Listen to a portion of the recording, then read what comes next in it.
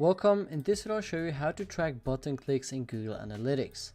Now for that you will need to open up Google Analytics, the Google Tag Manager, your website files and your website. Now let's start off in Google Analytics. So here you want to click onto admin and then go to data collection and modification and click on data streams. Here you'll want to click onto this stream right here, and now you will need to make sure that enhanced measurement is turned on. So if this is turned on, you've done step number 1. And then step number 2 is also copy this measurement ID because we will need that later on. The second step is then to go onto the Google Tag Manager. Here you'll need to click on to create account. As you can see, I already have 3 accounts that are named the same. So what you'll want to do is to then either select an account or create an account and then type in the account name, select the country, and then the container name, which is basically your domain, as well as the target platform, which is web in this case. Click on create.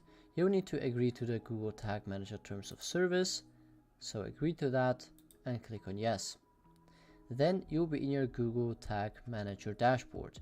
In here you will need to install the Google Tag Manager, so click this first part of the code, go to your website files, and here click onto go into the file of the page where you would like to track the button click. And in here, oops, you can already see I've actually done this before, so it should look like this. So basically you need to go into your head section and paste in the code within the head tags. Then if you go back, copy the second part of the code, and then the second part of the code should be pasted immediately after opening the body tag. So we will need to paste it in here after the body tag. The body tag is usually right below the head tag as well. So make sure to save the file, and then we go back in here. You can also test your website to see if the installation was correct. Now in this case I don't need to test because I know the installation was made correctly. So now what you want to do, you want to click onto variables, and then we would need to click on configure. Here if you scroll all the way down, or not all the way, you should see this section called clicks, and here we will just enable all of those. This basically means that Google Tag now tracks all kind of information about clicks on that page. So now we will need to go to overview and then click on add a new tag. And here we will need to click on this edit icon and then click on Google Analytics, and then Google Analytics GA4 event. Here we will need to paste in the measurement ID. So we need to go back to Google Analytics, copy the measurement ID, and then paste it in here. And here we can give this an event name. So event name could be button 2024. Then we will want to click outside of this box and then click on to edit on the triggering box. Here make sure to click the plus icon in the top right and then onto this edit icon here. Now you'll want to select this click element, all elements, like it's in the click section, then click on all clicks and save this. You can give this a trigger name of click because it basically tracks your clicks, and then we have added this trigger to our tag. You can also give this tag a name like tag 1000 for example, and then click on save. So after we've done that, we want to go on to preview, and here we want to enter in our website URL or the page where you would like to track your click. Click on connect, and then it is connecting to your website, and it will open up your page in a new window. Here what you want to do, you want to click the button that you would like to track, and after you've done that, click on finish. Then click on continue, and on the left you can see all of the events which should include the click event as well. And you can see the tag 1000 was fired. That's the tag that we created before.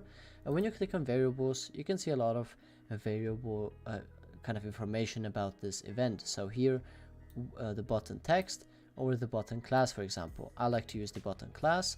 Usually it's best to select the click ID. However, if there is no click ID, just select the click class. Then go back into your Google Tag Manager, and in here you want to click on to submit. Here you can see what you're submitting, and then click on publish and click on skip.